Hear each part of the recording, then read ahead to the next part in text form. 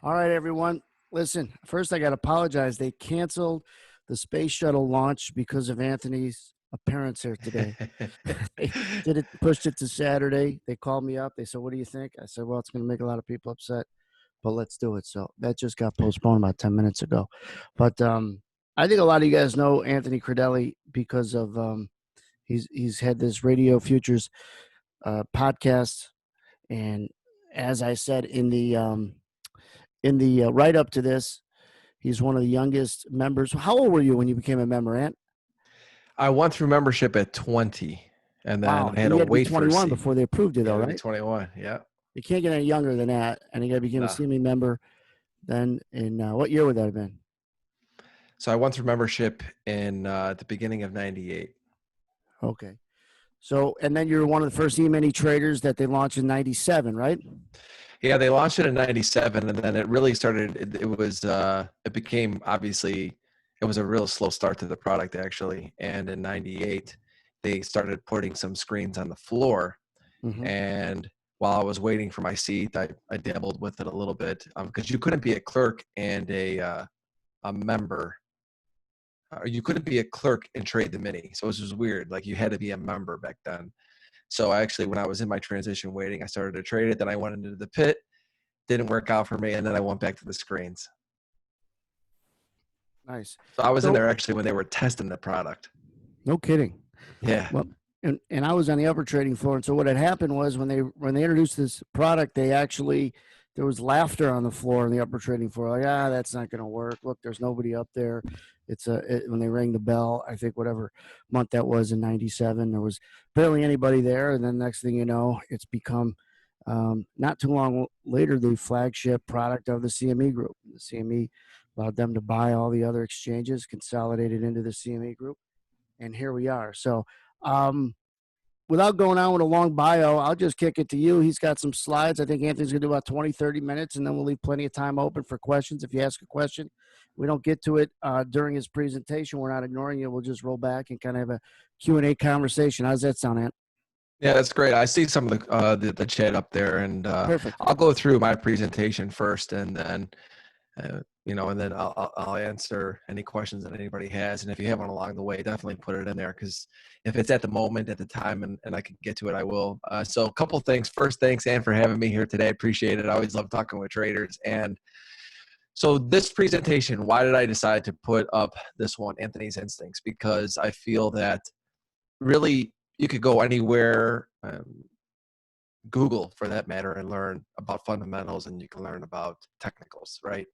But there are some things that in my career that I learned that I think really put me over the hump, and instincts to me was one of them. At the beginning of my career, I remember all of the traders giving me their trading rules, and I had a trading card of literally 20 plus trading rules, and I was looking at all these trading rules on a piece of paper, and I thought to myself, how am I going to be able to use all these rules? Like, I talked to the best traders on the floor, even was looking online, which was pretty limited at that time, about how much, what a trader was doing. And I just felt it was just not applicable to day trading. Even with the futures guys that I was surrounded by on the trading floor, I'm like, I needed to be more of an instinct. So psychologically, I had to make a shift from a rule to an instinct, because I felt I didn't want to go and look at a piece of paper and talk about a rule later and go, oh yeah, I broke that rule. It just didn't work for me. So I started to develop instincts, and really there's 9 of them that we'll talk about today. And really, it's not like there's some magic numbers to what it is, but these are just the ones that I talk about on a regular basis, that I think about on a regular basis. Because like I said, when you're trading, especially day trading futures, it comes down to really, in the heat of the moment is when you're going to make the decision, and you need to make it right then and there. You can't make a bad decision and then later go, I'm going to fix it. You end up keep doing that, So I've learned that I have to make the decisions in the moment, in the heat of the battle. So one of the first things that I put down as my instincts were just be yourself, because I went through an identity crisis, as I'm sure many of you did. It was about, like, what kind of a trader do I want to be? Who you see these other traders making nothing but money, and you go, I do the same exact thing that they do, and I lose. And it just blew me away. And I recognized after trying to be a lot of different traders, that the only thing I could be is myself. I had to pick my own style. I had to pick my own strategy. I had to find my own market. And I'm going to get into risk per day and trade a month, but those are the things that I think in general, they're very personal to you. And I want to talk about style first.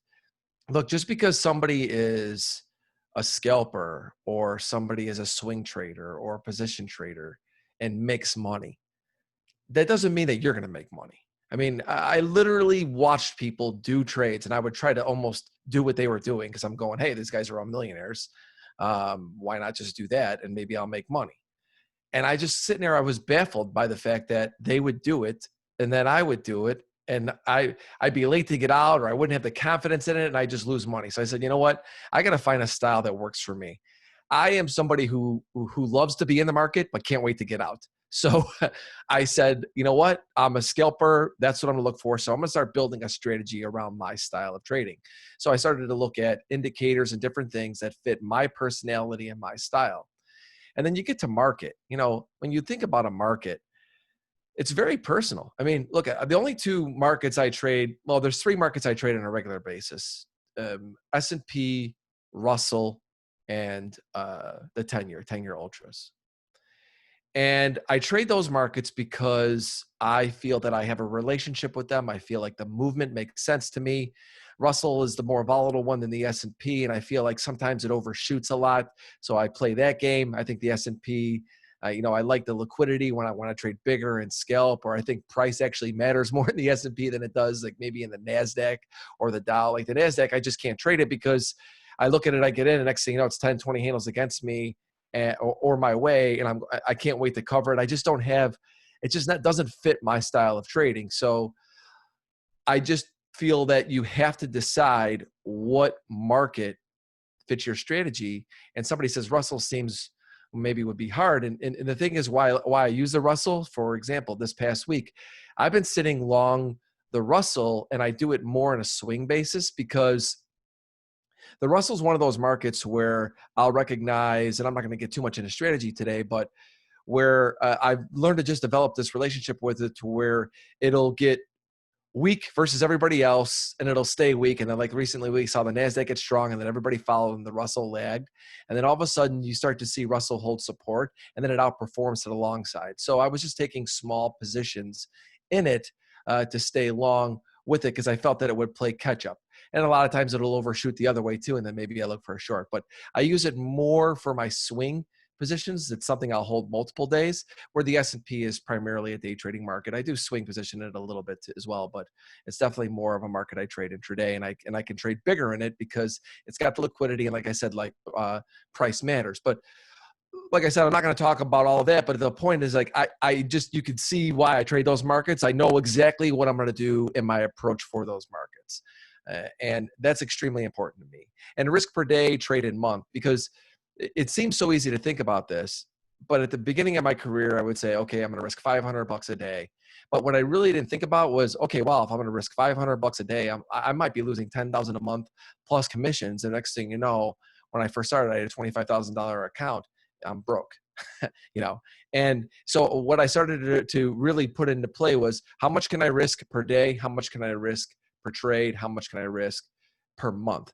And what I would start to do is I would almost like accumulate some of those good days that I would have. And I would use, meaning that if, let's just say I was making money, I would risk sometimes on a specific day, if everything was going my way and I was doing well, I would have a bigger risk per day. But if I got whacked, or I had a bad week, and I didn't want to lose more than what I wanted to risk per month. So my day may not equal my month. My trade sometimes wasn't going to be. It's going to be a little bit different compared to how much I'm going to risk per day. So some days I look at the market and go, my risk per trade today is going to be a little bit smaller. So I feel like I'm constantly evolving with it, and I just have those things laid out for me, and I just stick with them.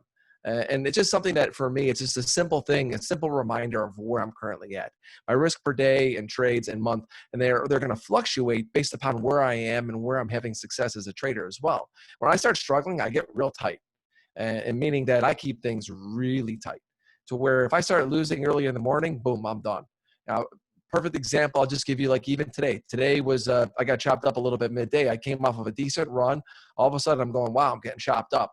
I all of a sudden I started taking my risk per days or risk per trades down a little bit because I'm understanding that this environment right now isn't great for me. So pull back a little bit. And that's okay. Just be yourself. It's just as simple as that. But I think too many people try to either be too big, bigger than they probably should be. At least that happened with me. You know, trade according to the risk price is another instinct. Well, you think about this. Everybody searches for entries, right? Everybody wants the greatest entries. But I really don't even really look at for great entries. I look for areas where I know I'm going to be wrong. And then I just develop zones and areas to where I just trade against that area that I'm wrong. So trade according to the area that I'm wrong. That's really where I find my best entries. So I look at my strategy and say, okay, this is an area that I like. Where would I be wrong there? Okay, it's 10 points away in the S&P or whatever it is. I know in that range, I'm just going to continue to trade in that direction. And my contract size is going to be based upon how much I could risk in a day, how much I could risk in a trade, and knowing that my contracts are going to be determined as to where I'm wrong in that price. I think a mistake that too many people make is that they just look for good entries and then they say, well, this is the stop. This is what my strategy says. And they trade the same contract size every single trade. That's what I did. And what I realized was that I was really not really controlling my risk. And I was held by these entries. And even though I would be right, let's just say a majority of the time, greater than 50% of the time, well, I was still losing money. And it really came down to going back to being yourself, knowing my risk per trade, knowing how far away I was from my stop. That would determine my contract size. And my contract size was was always changing because it was the distance from the stop, but my risk per trade wasn't. And that's why these two are really tied in, because it's psychologically, you say to yourself, I'm going to risk $500 and then I'm only going to trade 2 lots or whatever that is. And really, it doesn't really end up working out that way because your stops might always be different, especially in volatility. It gets wider, then it gets tighter. And we're not adapting. We're not adapting to where we are in the situation within the market. And these are just simple things that I had to fix because I'm going, man, I said I was only going to risk $500 a day. I'm trading 2 lots every day. Why aren't I making money? Well, because that trade was only 3 points away. You could have traded more. You should have made more in that position if you would have had more contract size on. You were really risking less than you should have. And then I could have potentially made more because I had more contract size on. Or that trade was really wide on the stop, and I traded it the same size I normally traded, and I lost more than I wanted to, but I followed the stop. I could go in and talk about this all day long, but these are things that once you go through the process, you just start looking at your statements and your results, and you're like, man, this is basic stuff. I'm just kind of screwing up. So trade according to the risk price will set up your position sizing, and you'll be able to stick to your risk per trade and your risk per day, at least more effectively. That's how it works for me. Always be a student. I mean, I feel like I'm a student every single day in this business. And if you don't feel that way, believe me, at some point the market's going to start making you think that way. And, watching while you are not trading is learning. And this is something that was very difficult for me because by nature, I'm an over trader. But I started to literally just watch the action, just watch it, learn what's happening. I come in every day and just watch it. I mean, look at where we've come. Just look at the past 2 months of the market. Look at the past 3 weeks of the market. It's always changing.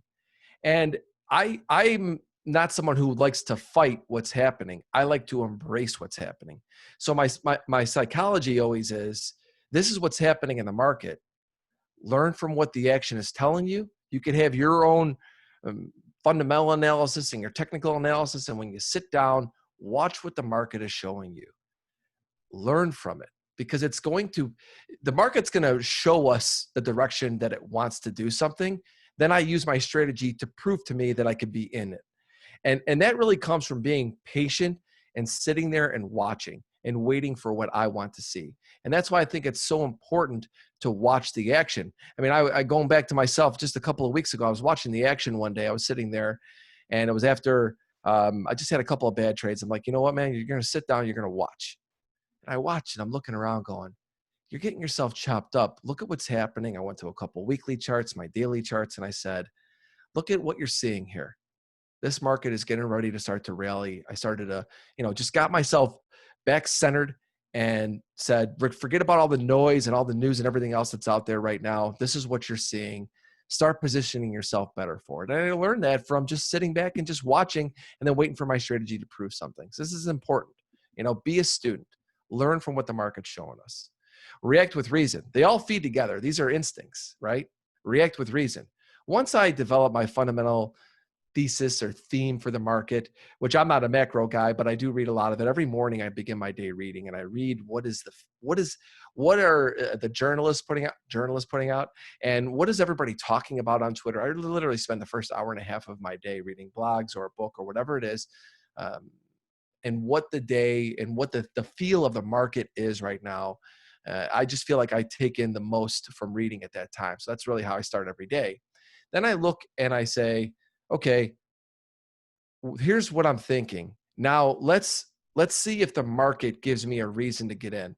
You need to be forced into trades because whatever we think is going to happen, I mean, sure, it could happen, but a lot of times the way we think everything is going to lay out, it doesn't always work that way, right? It's about the journey. It's not about the destination. I could tell you, I think the market's going to go up or down from here, but a lot could happen between that, right? So what you have to do is you have to literally get to an area that now it's forcing me to get in, because going back to all of my instinctual things, right? Trading according to my risk price. Am I within my risk per trade? All of those things have to be lined up to where I'm now ready to react with reason. Because I think that, at least for me, I go back to myself because that's all I could talk about, is I'm an over trader. So I think I always see edges, right? That's my problem, because I think I always see something where I can make money on, because that's what we're here for. But I need to be forced into trades and I need to be forced not to trade. So there is a really distinct difference, and you need to be able to. My worst drawdown this year was I got into the couple quick tick syndrome.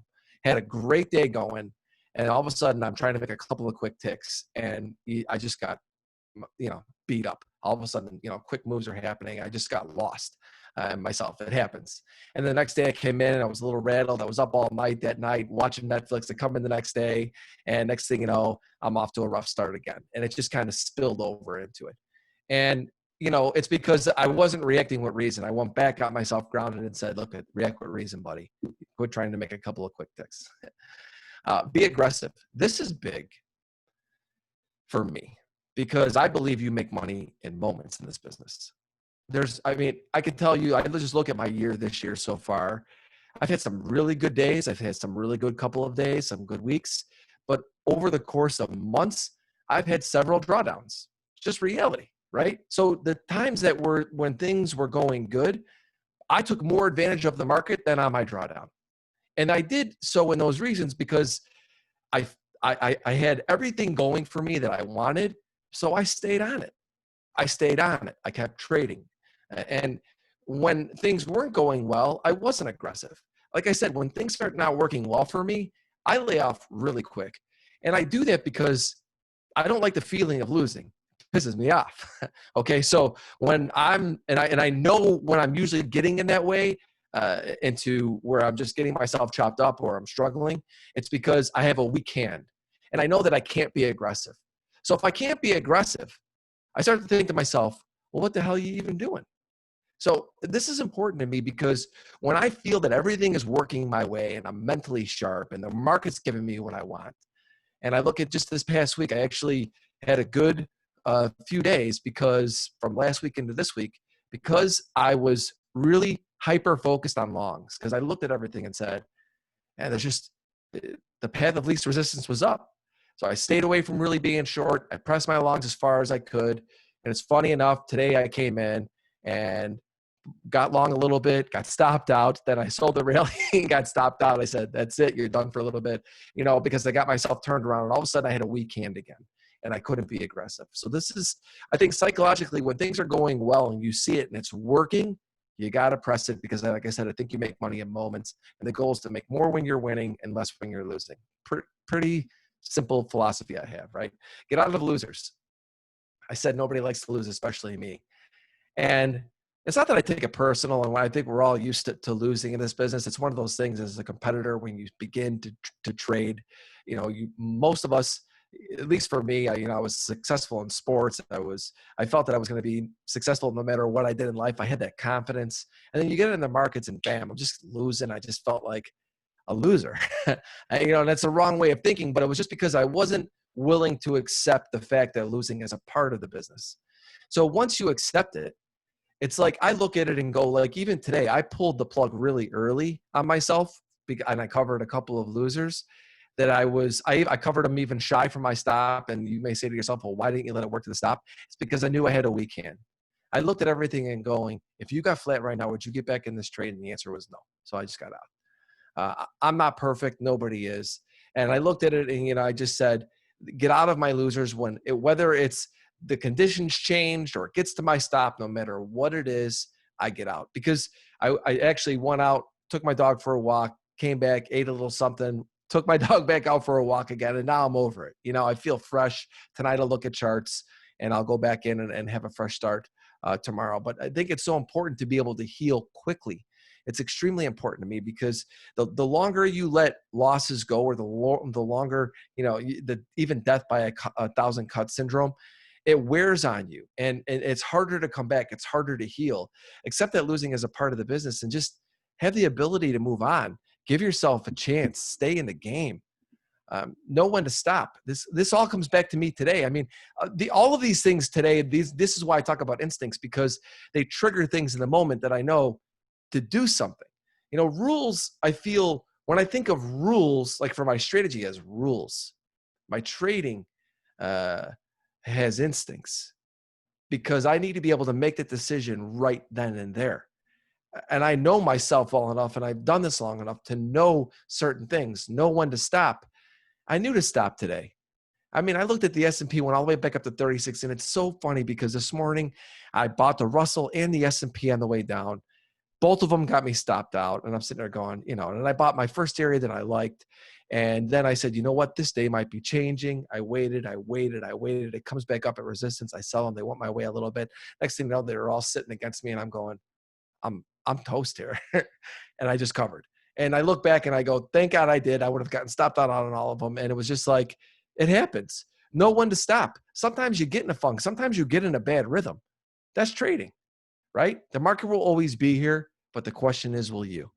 Very, very important. Be disciplined. This is that rule that everybody talks about, but I don't think many people even know what it is.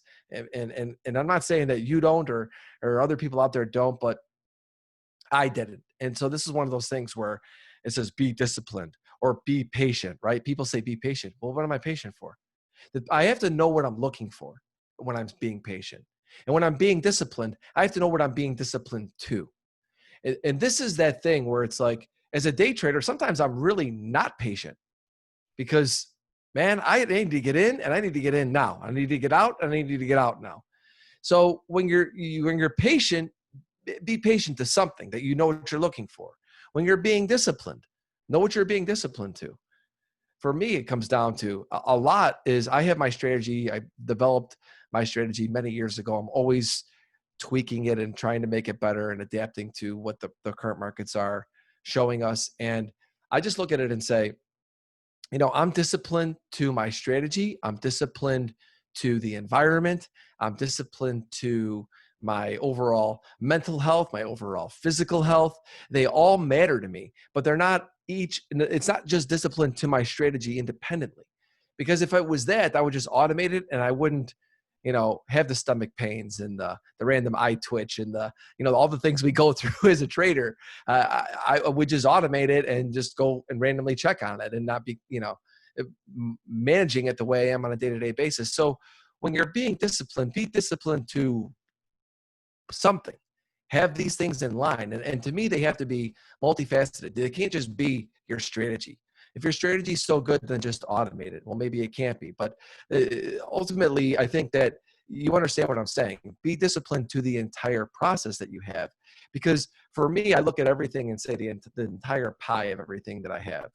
Mental health, physical health, meals, everything that I'm doing together. And when I'm functioning well is one of my best work. happens when I'm trading. Markets, my best days are when I am good across the board. The market volatility, yeah, it matters. It definitely plays a role, but it's not the entire reason why I've had my best days or my best success in markets. It really comes down to me functioning at a high level consistently. And that's how I've gotten consistent with my trading and growth in it. So the other thing I want to talk about is creating balance to increase trading performance. I just talked about this with being disciplined to that entire pie of everything.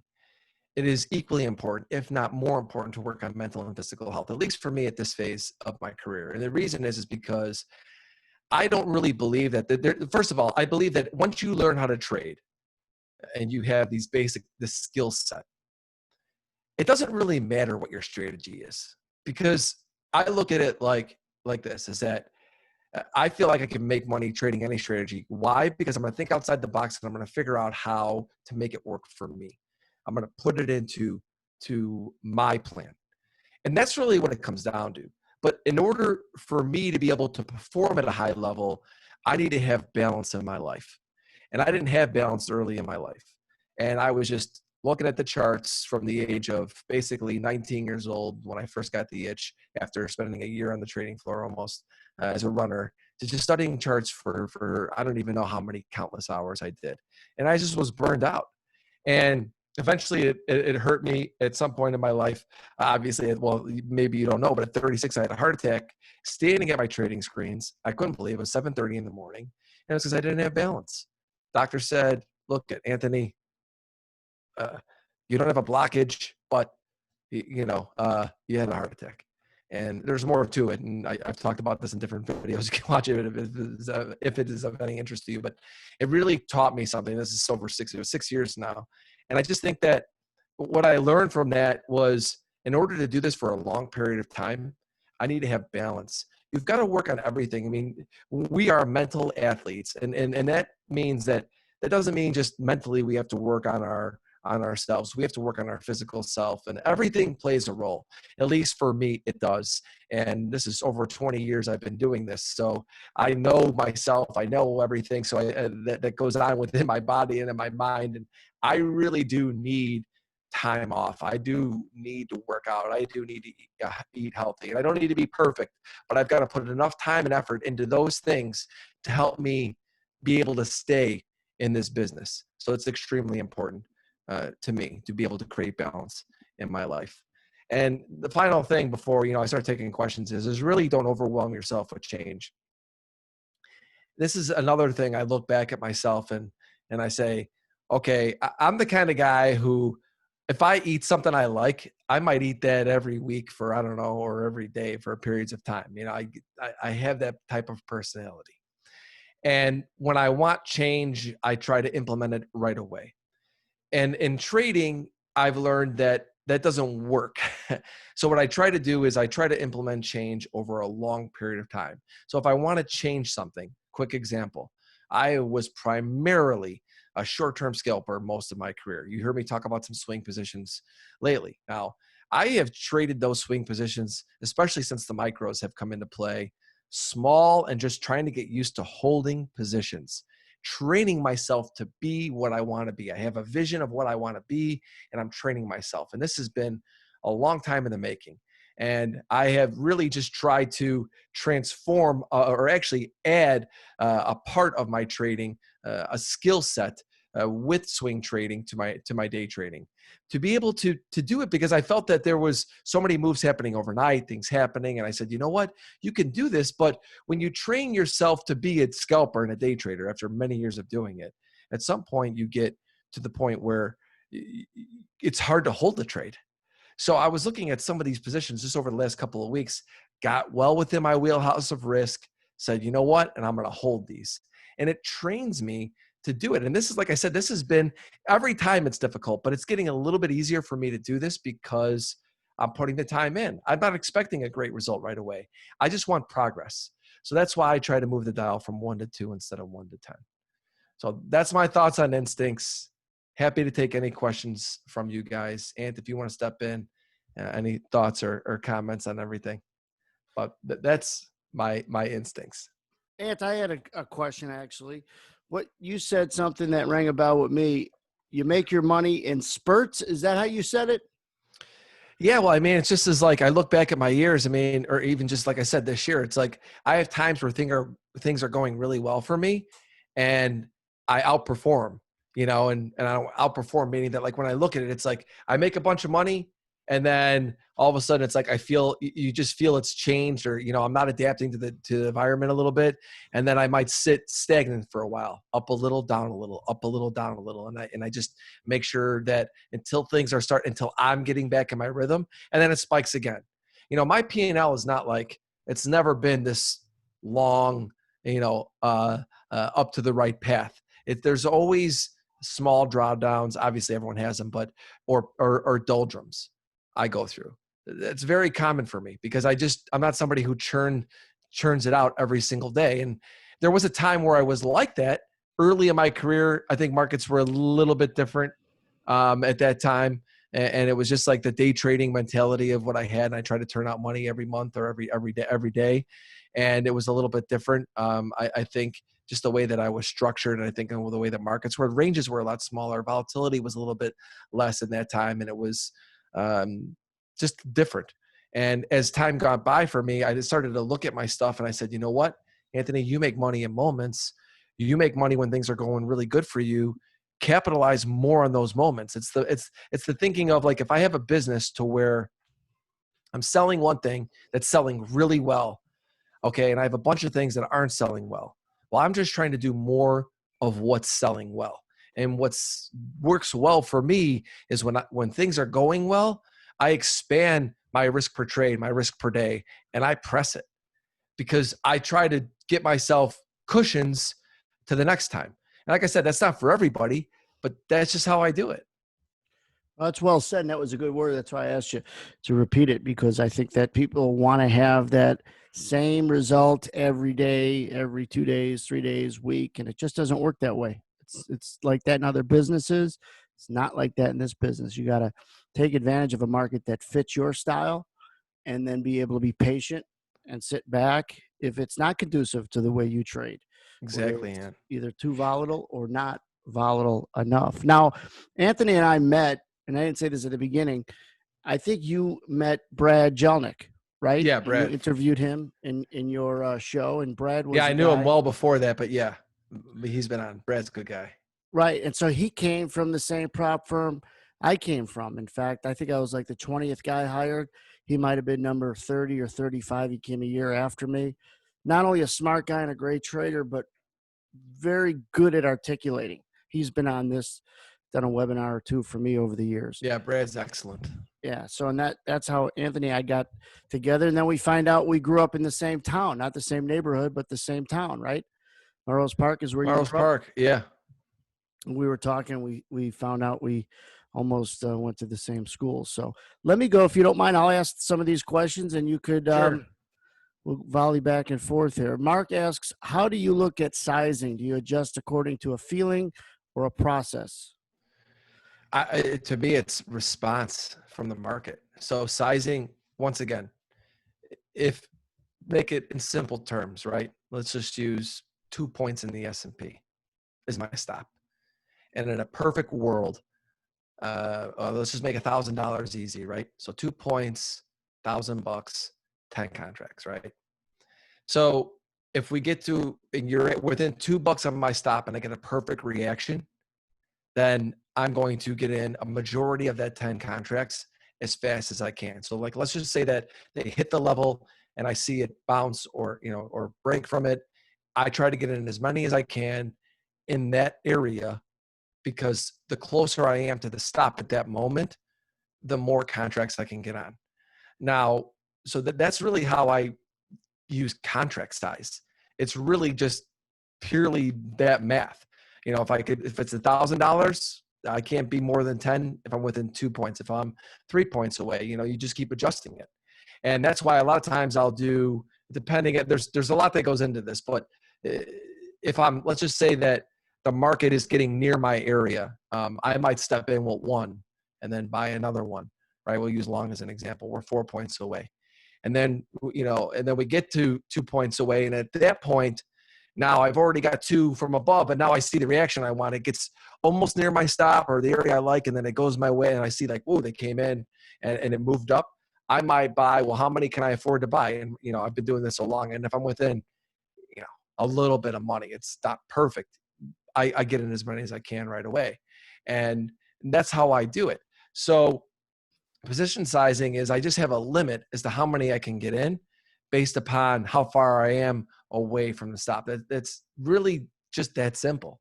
Now, sometimes I will say that I'll double that or I'll add risk to it.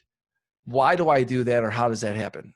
And this has happened quite a bit this year, where I've been in areas where like the market's showing me exactly what I want. I get in, and then, it goes a little against me, and then all of a sudden it goes my way. I've been making money. Everything's lining up. I look across the board and I know, I'm like, this is it. What I might do is either cut my stop distance in half and add an additional position and manage 2.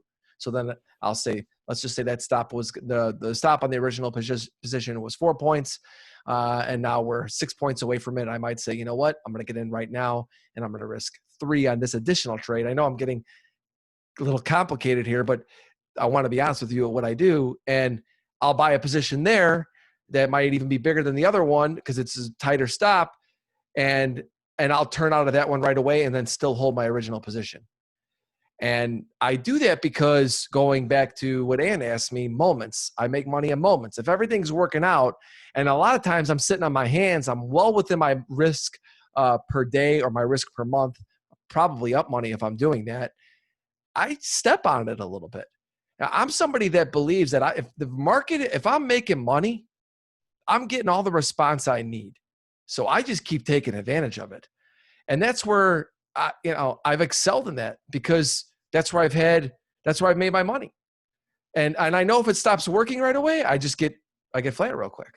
So that's just how I do it. I don't know. Hopefully, it's like, I don't know what level everybody is of trading, but I don't know, Ant, if you even do that. I wouldn't be surprised if you did or do something very similar to that. You know what I find about traders that I know that are real traders is there's 2 common denominators. Number one, you'll hear the guy talk early on in a conversation about his losers.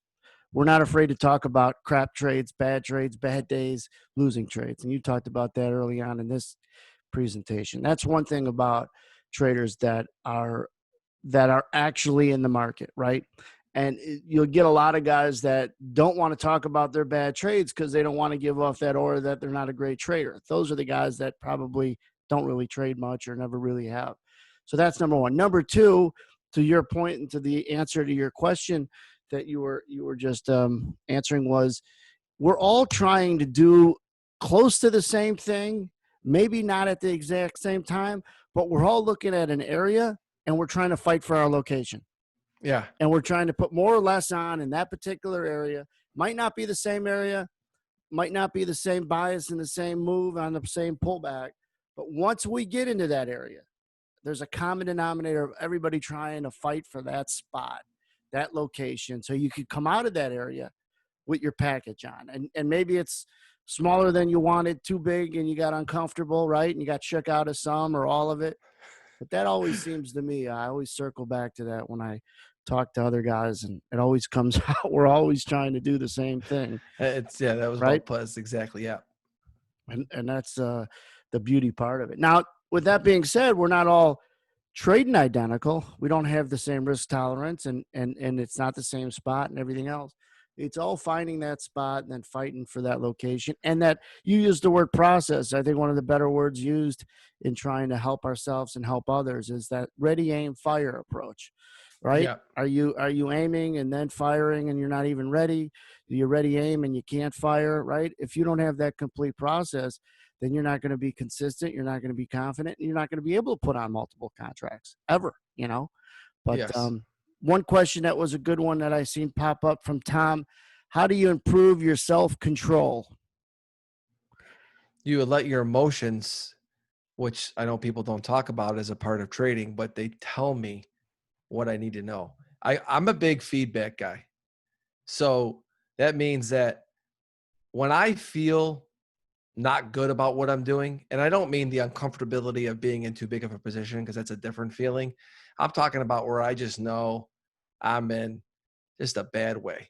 So meaning that today's a perfect example. I did it to myself today. I just got myself turned around, and I just think that you have to let your emotions surface and use them as strengths. See, people think trading with emotion is a weakness. I'm the opposite of that.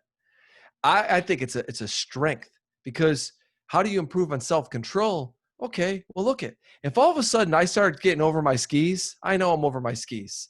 Use that, because later you know you're going to be like, I was over my skis then. I knew it. Why was I doing that? Okay, well, your body told you that. Did you listen? And then when I get to that point again, you're like, stop. Today, okay, like I said, bought them and they broke, got me stopped out, sold them. I said, okay, here you go.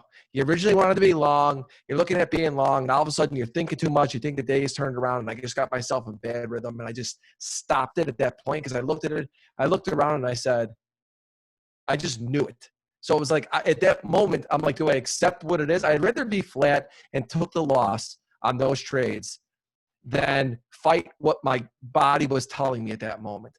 I just knew. It was amazing. I couldn't wait to get in. And it was like, I was even telling you the area I was selling. So it was the 97 to like 99 in the S&P. It comes in there. I'm thinking to myself, I'm going to work 98 halves. And then all of a sudden it's straight 6 halves, 675, 7 evens. I hit the 7 evens. It goes 8 half bid. I just started laughing. I'm like, you couldn't wait to sell those. You don't want to work the 8 halves because you don't think you're going to get them. And next thing you know, another O bid, 1 bid. I'm going, oh my God. I'm like, you're done. And I'm sure the Russell too.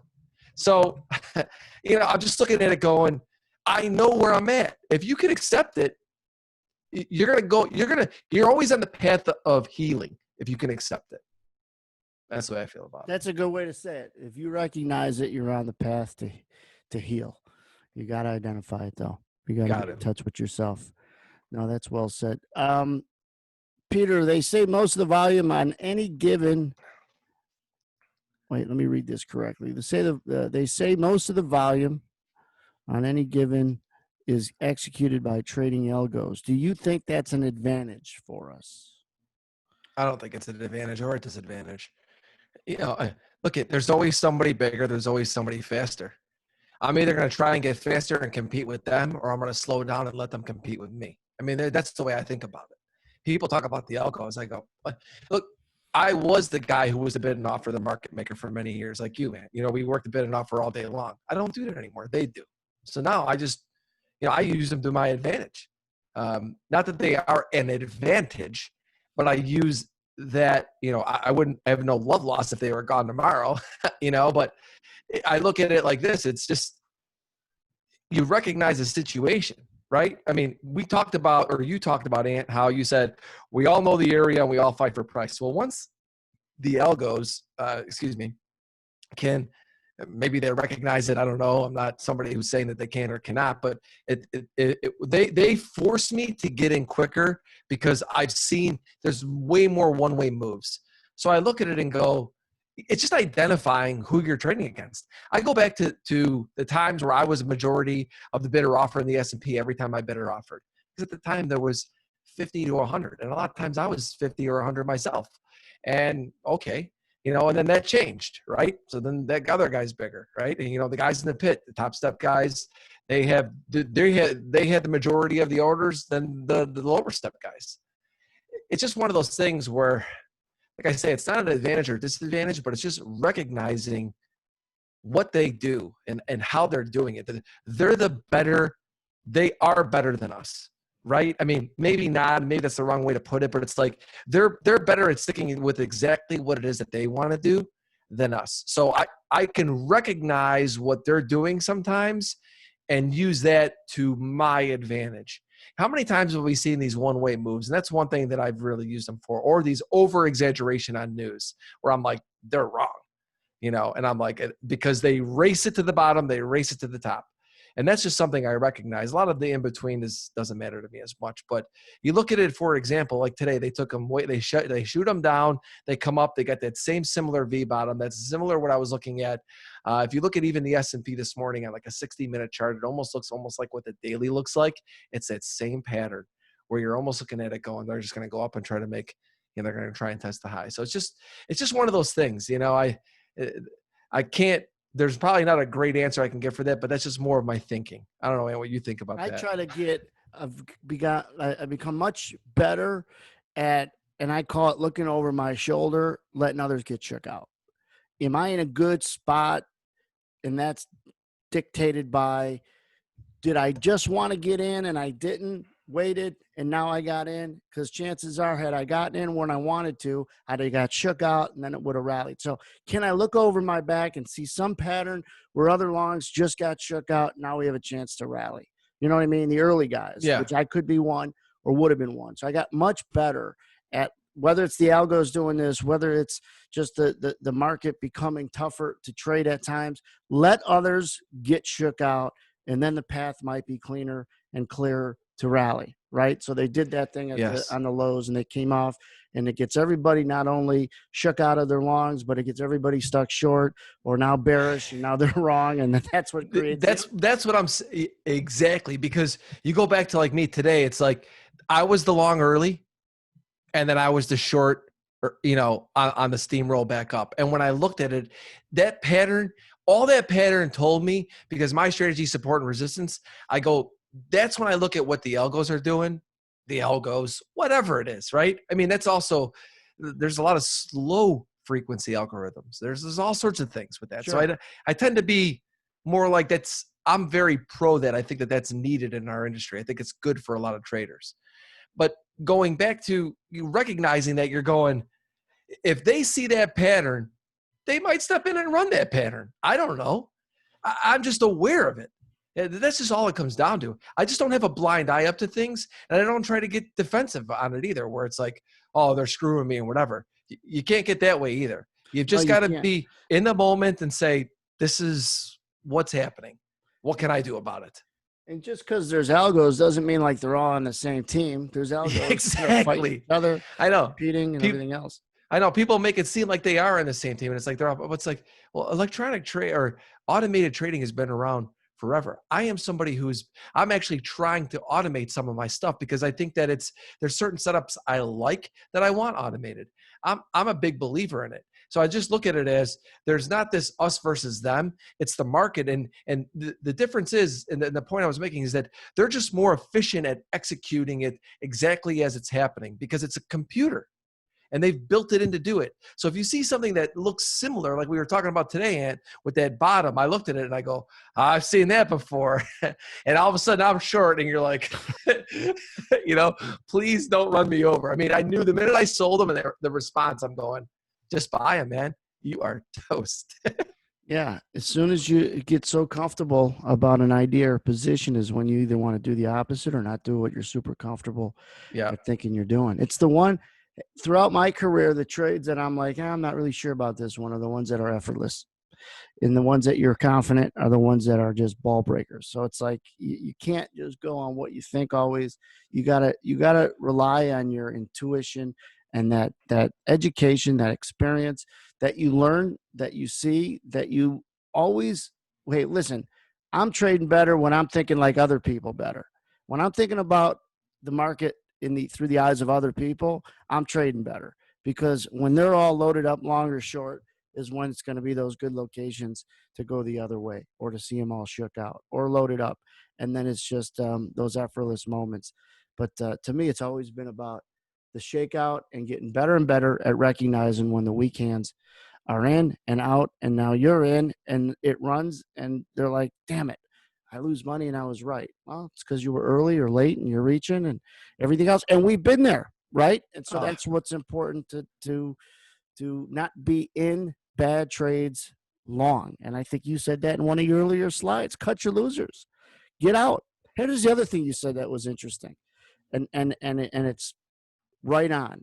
And that is you can't take anything too personal. It's like I hate losing and I'm really competitive, but I don't let bad days, I don't take them home with me, or bad trades home with me, Yeah. because it's part of the business. You're supposed to be wrong in this business. I always say this: if you were wrong this much in a marriage, you'd be divorced 5 times, right? If you were wrong this much in a business, you'd be bankrupt 5 times.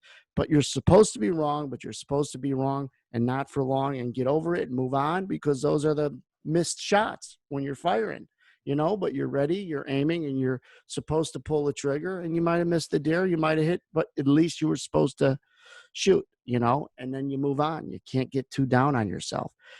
You'll just turn one bad day or one bad trade into a bad day, into a bad week, all because you had a bad trade or two. Who cares? I know. Right? That's just the thing. It's like you feel it boiling, and next thing you know, it's not the first mistake you made. It's the second and third ones that are really bite you. And I think one thing I want to say is that, I mean, one thing that I've done is pulled all of my trades in. I think was very important for me.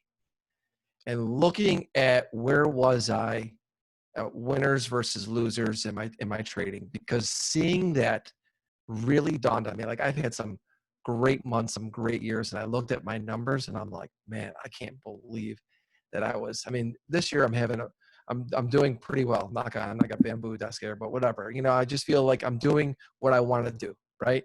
And that's what's most important to me. I mean, it definitely had some bad drawdowns too, but the point is I'm executing the way I want. The results are going to take care of themselves. Hopefully they're good. But when I looked at everything this year, I'm 53% max at the end of every month. I pull on my trades and I say, where am I at? 53%. Now I'm not too much into stats. I don't want to be. And throughout the month, I don't think about it. But what it does trigger in my head when I see it is 47% of the time I'm wrong and I'm making money. I'm pretty happy with that. It's like, what happens? And I can tell you, I went back and I went into a drawdown, my worst drawdown of the year, or whatever it was.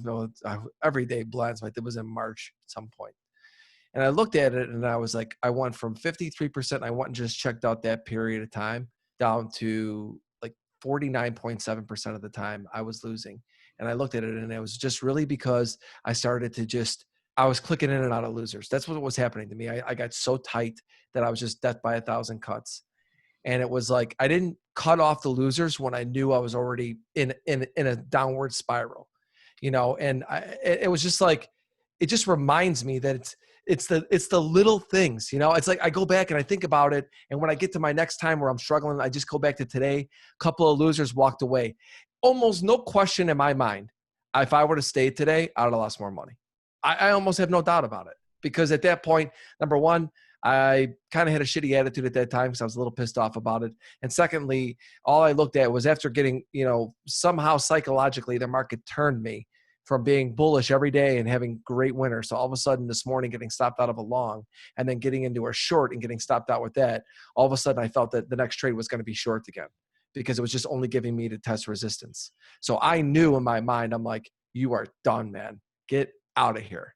And it just is, it's really as simple as that. I mean, you ever have that happen to you, Ant, where it's like, they spin you around and you're going, I cannot believe all I want to do is be long and I just lost money short. And the next thing you know, you're looking short again. I remember yelling out one time, and I remember it because everybody laughed, because everybody knows how it feels. I remember saying, if I wasn't short, I'd be long right now. If I wasn't short, I'd be long. Exactly. And everybody laughed, because it was in the prop firm days, because everybody's been there. Everybody's like, and I don't care how long you're doing it, it happens.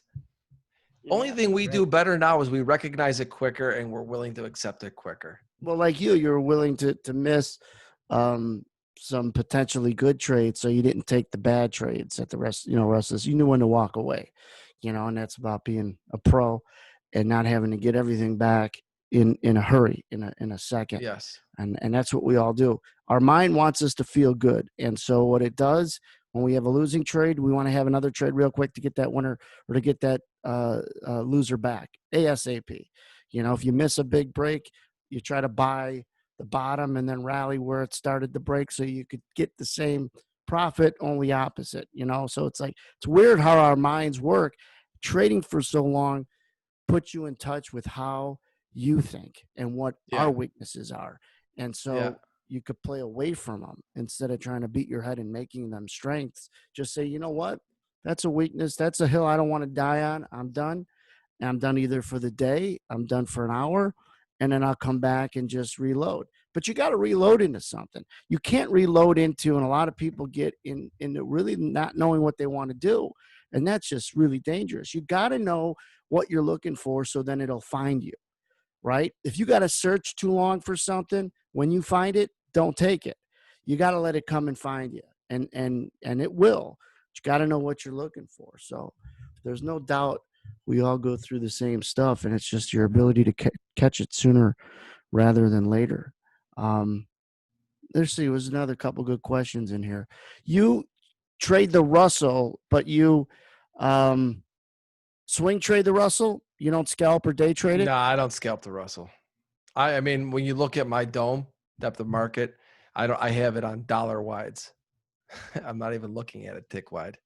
That's a good idea. So you're in and out in days, sometimes Yeah, weeks. intraday would be like, I might have 2 trades in a day. And if I'm doing an intraday, price gets me out like everybody, so, but, I have been sitting long at the last week because I had something, it was one of my better trades, no question. And, yeah, I mean, I like I said, I'm really with the swing positions, keeping them really small to be able to stay in them because that's not my strong point. It just isn't. But I see these moves. I'm going, half of them are happening overnight. Right. And for years, I've been trying to work myself into it. And I separated an account for it. I'm using the micros for a lot of these positions because I need to scale my way in over wider time frames. And I'm just trying to add to my craft, man. That's really it. I look at it and go, if it puts some extra money in my pocket and it turns out that maybe I get really good at this over time. Like right now, my expectations are just to follow what it is I wanted to do. And like I said, for me this year, if you put everything aside, I'm doing what I want. I mean, I've had some, rough patches, but for the most part, I look at it as, are you doing what you want to do? Are you taking the trades you want to do? That to me is what's important. That you're And that's what I'm doing consistent right then. now. Yes. That's all that matters. What are your favorite who are your favorite authors? Do you have any or books, especially on the psychological area? Someone Yeah, I asks. mean, Denise Schull is my favorite. She's been on my shows a bunch of times. I have the highest regard for her because I've had a lot of good conversations with her as well. So I would say Denise Schull, number one. And you could either, you could Google her or whatever, find her books. You could listen to my podcast that I've had with her. And she was recently on my Develop Your Edge show, which is a video show. I started that a few weeks ago. I do it every weekend. And she's number one. Number two would probably be Dr. Steenbarger, who I know works specifically really with SMB Capital, who is just a great guy. I've met him in person, spoken with him a lot. He's been on my show as well. We've gotten some great conversations, and I know the prop groups he works with at SMB, Mike Bellafiore and the SMB crew, and they've got some great traders, and he works really with them and just hedge fund traders and stuff like that. But he would be number two. I would say 1 and 2 would be Denise and Dr. Steenbarger. I've had Dr. Steenbarger on a few times. He's become a friend of mine. Good guy. Super A nice real, guy. yeah, helpful guy. I didn't know you had him on your show. Yeah, he's been on a few times. Okay. I actually went and met him and talked with him in New York City, and yeah, it was pretty cool. He's a good guy, good person. Yeah, But yeah, he likes helping people. He's very he does, and people think it's like he doesn't make any money off individual people. He only works right. for firms. Yeah, he's got really nothing to even gain essentially by it because he's hired. He's on retainer, and he Right. doesn't go in and work with individuals. So, Denise, same thing. I mean, Denise, I think, does work with some individuals. And her and I were thinking about doing a workshop together at some point. Little plug there for her and I, me getting a group of traders to do like a mental workshop, like a trader retreat. Thinking about that. That was prior to COVID, but we'll see. Hopefully, eventually that happens. That would be a great idea. And I think a lot of people are interested in those kinds of things, especially when there is a sense of you get, I have the MO where when I have different a product or something to sell, I don't want people going in and getting the most expensive thing I might have. I want people to leg into a relationship. I want people to know what they're getting, and that's why I have a room that's essentially inexpensive. Get to know the people you're going to learn from. It's important to create a community around you, but there are bad communities and there are great communities, but it's important to have a community. I don't take that for granted, but I had that by default. Brad had that by default. You had that by default when we're in a prop firm and you already have guys around you. You have a lunch, you're just eating a sandwich with a guy, and it was a inspirational 20 minutes because you're talking about the business with other guys that do it. And so that's what's a big part of what's missing is, first of all, you got to know what you're looking for. That's important. But you also have to never stop learning and be around people who care about you, who want you to get better. You know what I mean? And vice Yeah, versa. That's missing in this industry. absolutely. People are trying to fill that void. And I think that's why my business is Edge Trading Group. There had to be the word group or community in it because that's what's important. And like I said, that's what's missing from a lot of things. And I think even Dr. Brett, he followed me. He retweeted this event. I tweeted it and he retweeted this event because he's seen you on there and me on there, and he knows both of us. And Yeah. Well, good guy, though. I didn't even see it. I haven't been on Twitter. It was like I said, I was outside with my dog, but um, I'll tell I you spent something a about lot of time with Twitter. her. I'll tell you something about Twitter and social media. If you have a business, you got to be on it and communicate certain ways, but you can't spend a lot of time just buried in all the negativity out there, right? Because it's all not all of it, but a lot of it is negative. And I always look at it as like, last week, bringing everything to current day, I see everybody's still bearish. And I actually put a tweet about this today. I said, same people are always bearish. The same people are always bullish, and they're always defending their positions. I didn't write all of that in there, but I look at it as I can't defend any position if it's not working. It is what it is. I mean, why? I look at it and go, when we were on the floor, nobody talked the way that these people talk, because we were all just trading what was in front of us. Nobody was always bearish or always bullish. We're here to make money. That's it. And I'm not going to defend one way or the other. What's the difference?